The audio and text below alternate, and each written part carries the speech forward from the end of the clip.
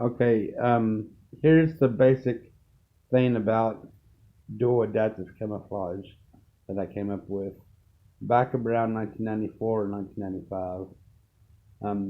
The one to many wiring scenario versus my one-to-one bundling correspondence.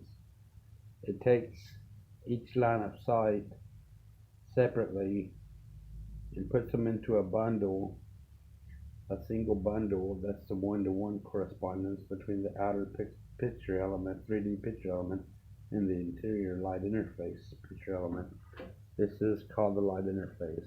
What the light interface is just the same shape as the object you want to make invisible, but in a concentrated volume with the same shape, form, and with the counterpart 3D picture elements combined, connected through a optical wiring harness.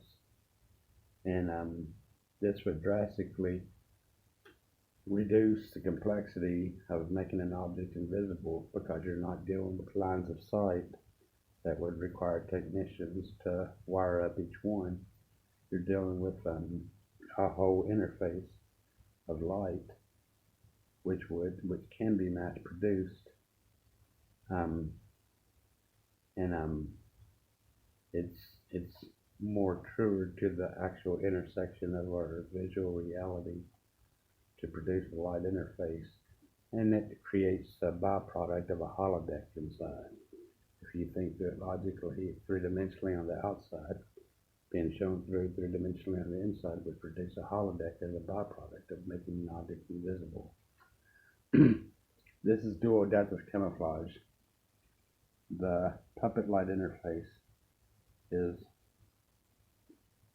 it's invisible to the outside environment as well as the puppet light interface, or adaptable to itself, the puppet light interface, as well as its outside environment, and the outside of the suit is also considered part of the environment. And this is a diagram of the puppet interface inside the suit. This is the suit in motion. This is an attempt I've had to do with paper mache invisibility suit 1 year.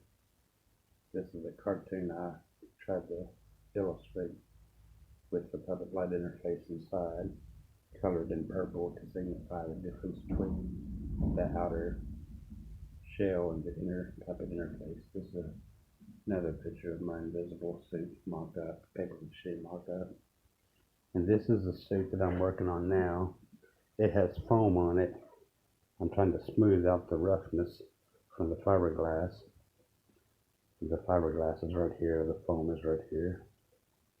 And that's my tools inside that I use to sculpt it, sand it down and stuff. It's a work in progress, but it's coming along. I have the appendages in the other room, my back room, my workshop, and this is what I'm working on now, the torso of the suit. This would be where the light interface, the puppet interface would be in the hump of the suit.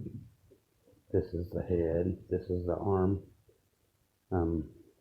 It's made out of chicken wire covered with fiberglass and foam, as you can see. And it'll probably be covered in another layer of fiberglass to smooth out the foam. But it's a work in progress, and I'm working on it. But this is the whole secret to dual adaptive camouflage, is the one-to-one bundling correspondence, because it bundles the light lines of sight down to a single one-to-one correspondence between the outer 3D picture elements and the inner 3D picture elements of the light interface. The light interface takes the same shape as the object you want to make invisible, and for a puppet interface it has to move in sync with the suit to maintain the correct pathways of light through the suit.